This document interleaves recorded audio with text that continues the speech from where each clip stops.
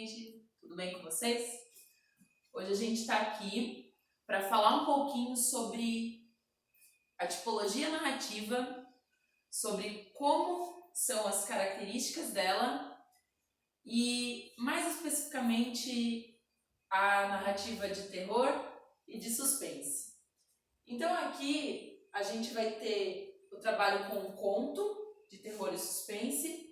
Dentro disso, a gente vai estar abordando a sequência, o desenvolvimento do texto, o clímax, o enredo, entre outras características que fazem parte dessa tipologia que é a narrativa. Então aqui a gente tem a estrutura do texto narrativo, né? Então a gente vai ter a situação inicial, que é onde eu venho para apresentar os personagens, né? Eu venho aqui dando a introdução ao texto e depois eu inicio com o conflito, né? Que é aquele acontecimento responsável pela história, né? O desenvolvimento, a gente vai dar aquele início ao desenrolar da história. É como se eu estivesse dando um passo para quase terminar. E o clímax é como se fosse aquela parte misteriosa, a melhor parte da história, aquela em que todo mundo fica, meu Deus, o que será que vai acontecer agora?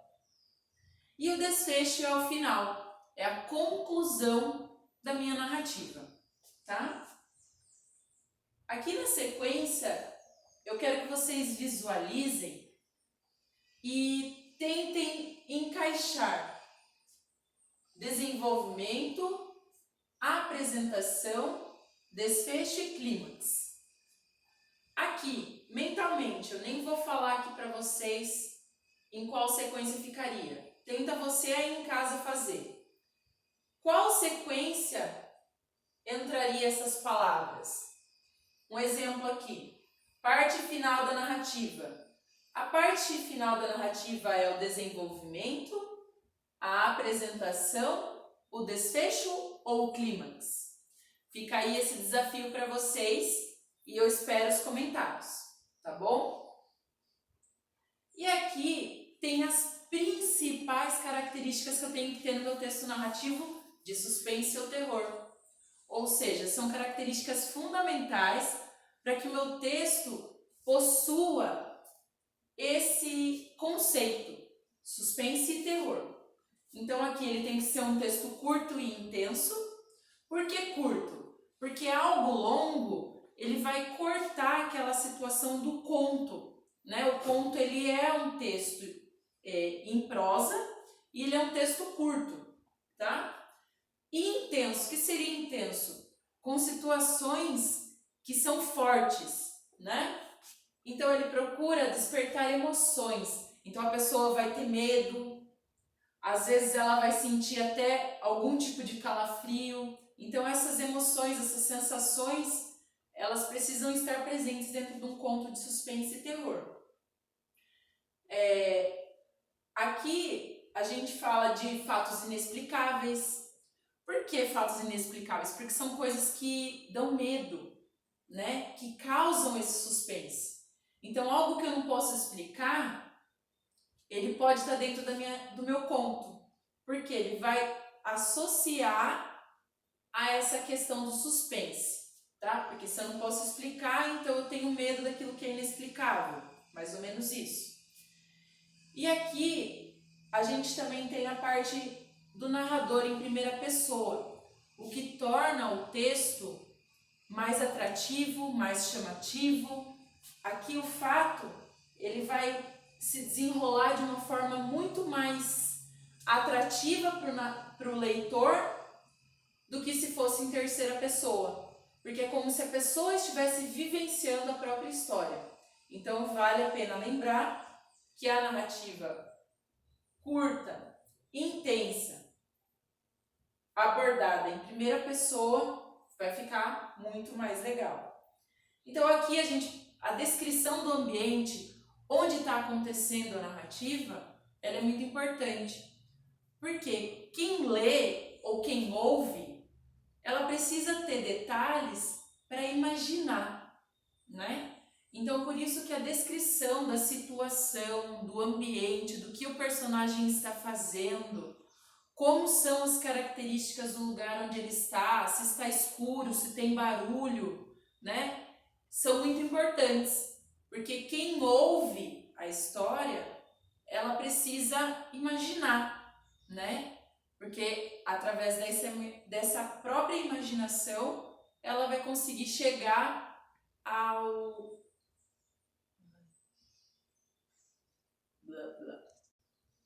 Então, assim, a busca por cenários que causam essa situação de medo, né? Essa situação de suspense, são bem-vindas nesses contos de terror.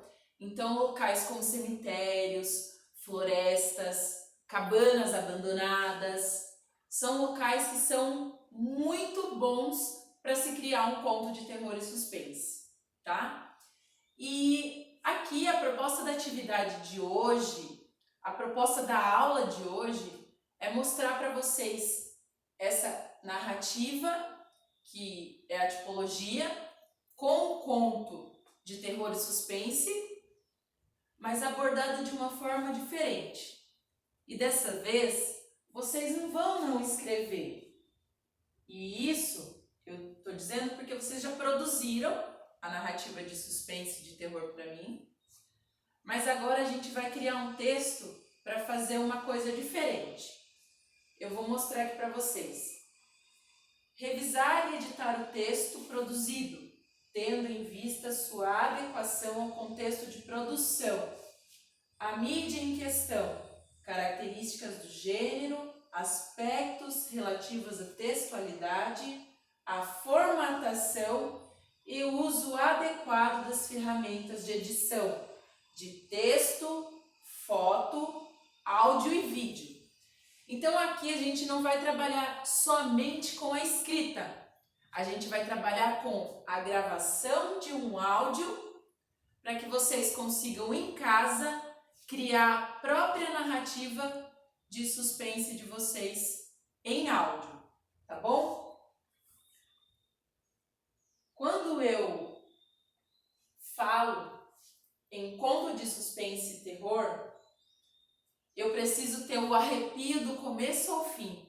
Então eu tenho que criar no meu espectador, no meu ouvinte, a sensação de medo, né? E aqui eu vou colocar para vocês um áudio de um conto que eu mesma escrevi e eu mesma gravei em casa, tá? É muito simples, é fácil. Eu não vou dizer para vocês que é rápido, porque às vezes a gente grava, fala uma coisa errada, aí precisa editar ou precisa voltar desde o início.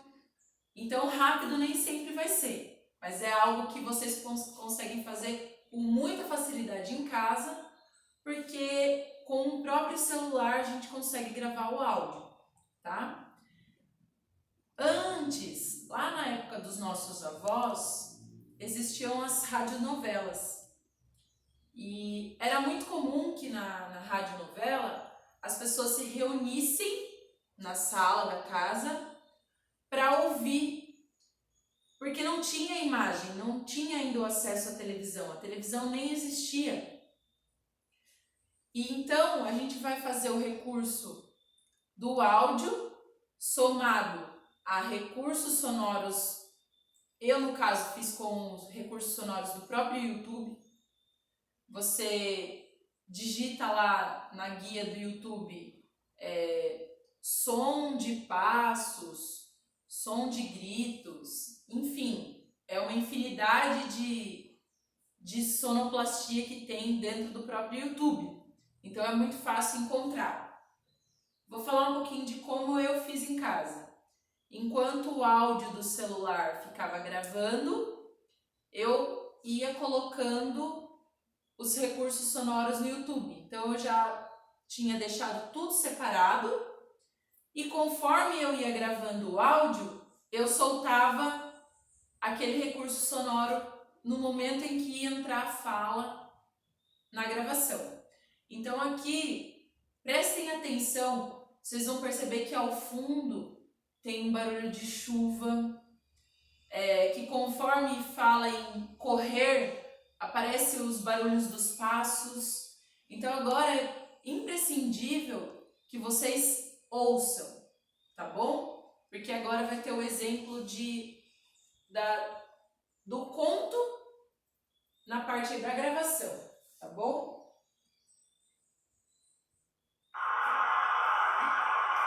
Era noite e chovia. Quando olhei pela janela e vi uma forma humana parada em meio à chuva, olhando diretamente para minha casa. Levantou a mão, acenando para mim, mas a luz da sala estava desligada e eu não entendi como havia me enxergado. Fiquei me perguntando como aquilo me viu.